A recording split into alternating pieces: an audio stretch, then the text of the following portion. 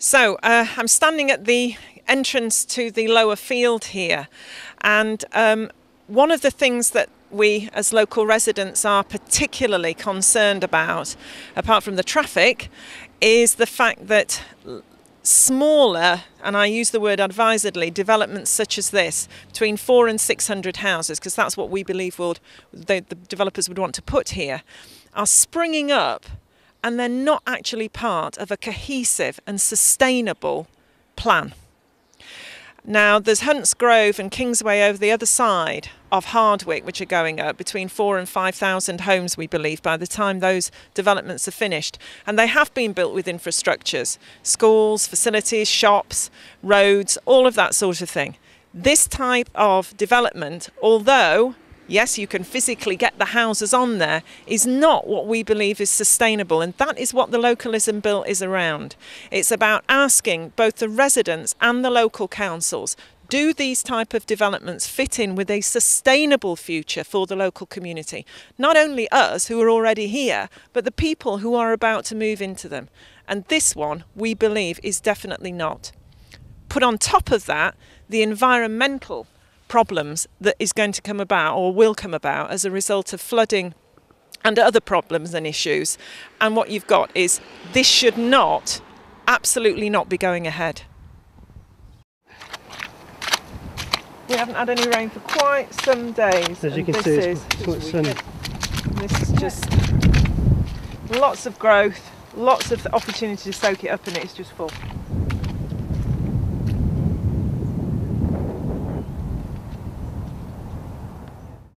So here we are in the top upper field. We've gone through the large bottom field, the middle field, now we're in the top. This is the area that in the original plans Redrow put forward for consultation purposes, that they designated this, which you can see to the right of me, as a suds pond, which we believe should actually be dry for the purposes of that. This is just a collection of flood water at the moment, where the local ducks and indeed a heron have sort of made it their local homely area. We've also got, in the rest of it behind, it's very boggy, it's all very wet and marshy here. And over there, in that corner, near the barn, there is a well that is also full of water. We also know that there is a well in the front garden of the building, if you're just panning around to the right now, and that well in the front garden of that building is also full. The land that you can see behind the derelict barn was shown, and indeed the barn itself was shown on the original plans from Redrow as being communal space. It cannot be, because that barn has been bought and planning permission has been given to turn it into residential property. And the boundary of that land, we are given to believe, runs parallel to the fence from the property on the right. Now, this area was designated to have the feeder road in it from the main road over here through to the estate. And if this is going to be a suds pool or suds pond, that doesn't leave a lot of room for a very dry and safe access area. This boggy area here, this pond, but it's not an official pond, runs all the way up to the main road, which you can see is about 100, maybe 75 metres in front of me there. Okay, so we're about 30 feet away from where I was speaking from earlier by the pond or the pool, and you can see that the water here, again this is all being filmed on the same day, is making it very, very squelchy. So our key concern, one of our key concerns I should say, is around the flooding risk. We know that over 2 years ago, the local floods here meant that this field was a raging river that spilled out onto the road and actually was emptying into the canal over to my right here. Now, that was without any building on this land whatsoever. What we are saying is, whatever the legal imperative here, about a right to build. Whatever that, we really are concerned that if houses are built in these 3 fields, what we're going to get is flooding over here. And you can see how close the rest of Hardwicke is. These are not isolated houses, they are part of other estates that make up Hardwicke.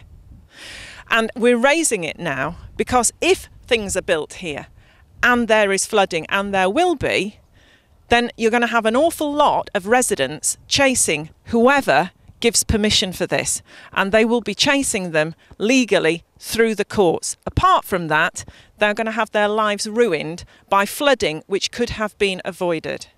We have got over 4,000 houses being built on the other side of Hardwicke. We do not need another 400 to 600 over here. So here we are at the bottom of the second field. This is the second largest field, and the first field is at the bottom there, the direction the camera is pointing, and you can see again that it's completely wet here. Again, it hasn't rained at all since the weekend. We're now talking Thursday, and I'm standing in a complete pool of water. In fact, I'm sinking as I speak to camera. So again, very boggy indeed. And after heavy periods of rain, this is literally, the whole field is like a quagmire. Okay, so this is the gateway between the first field, the bottom field, and field number 2. And you can see that the entrance between, or the gateway between the fields, is completely flooded. And it's slightly lower, and it pans up slightly, as you can see, moving into the rest of the field. But that is really the water table. That's really what we're talking about. And again, all of this has been filmed on the same day, so it's not like there's just been an absolute downpour or anything here. Quite worrying, we are thinking. So we have one of the local residents here, Sharon, who has recently moved into Sellars Farm. Sharon, of course, you knew about the proposed development when you moved in, but since you've moved in, there are some other things which you've become rather more concerned about. What are those? We've seen the development plans, and there is a waterhole over just behind our house. Basically, there's heron there's ducks, but it's quite a deep waterhole, and that's where they're planning to put the suds pond. With water that high on this water table, I don't think we quite realised how high the water table was, and actually that a suds pond will not work. And the ultimate effect is if you put houses on a land like this, it's going to flood local houses as well. And we can see the proximity of the houses that you're talking about, because this is your house over here at the top of the field. Yes. And then there is just a small country lane between those and the rest of that. Yes. So you think all that will be affected too? Oh, totally. And also the fact that the flooding occurred near the pilot 2 years ago, you can actually see that all the water is draining down that way. Any water will continue to drain down that way. Okay, thank you very much. At the other end of Sellars Road is Church Lane. In July 2007, less than half a mile away from the proposed development, Church Lane was under 2 feet of runoff water from the surrounding fields. This next footage indicates how the area is prone to flooding, which is not helped by the high water table and a bed of clay less than 2 feet below the surface.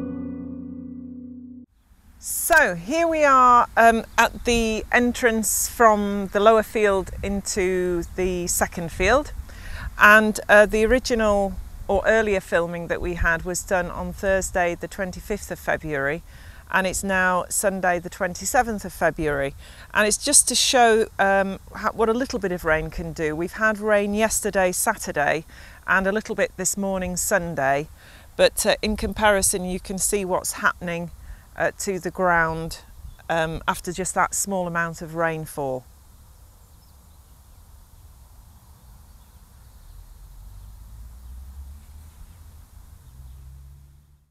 So we're now in the top smaller field, and this is where the Suds Pond on the original development plans by Redrow was due to be, and this is the unofficial pond that we showed you last Thursday, and it's quite dramatically filled up with water. Now that is just some rain over yesterday Saturday and today Sunday the 27th of February.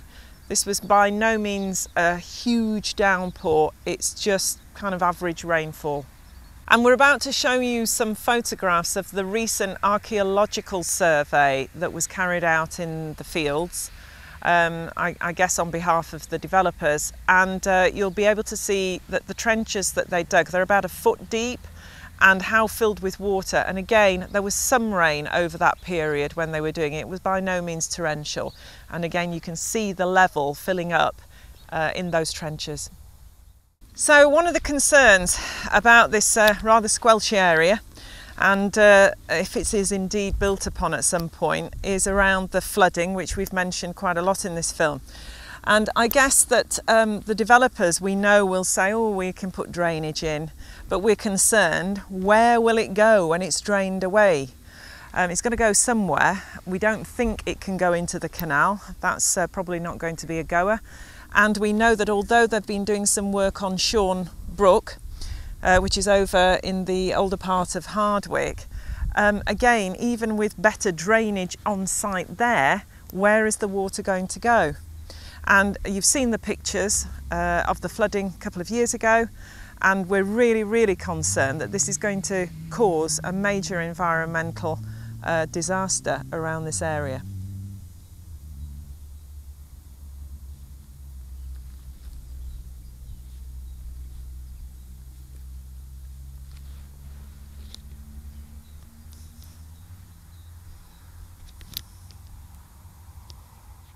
Church Lane in Hardwicke joins Sellars Road and is a very busy country lane used as a shortcut by people of both Hardwicke and Quedgeley. One concerned resident has sent us these photos which show a typical afternoon at school time. The proposed development could increase traffic in the area by an extra 300 to 400 cars per day, and there is a concern that the lanes and roads of Hardwicke and Quedgeley cannot cope with any further vehicles.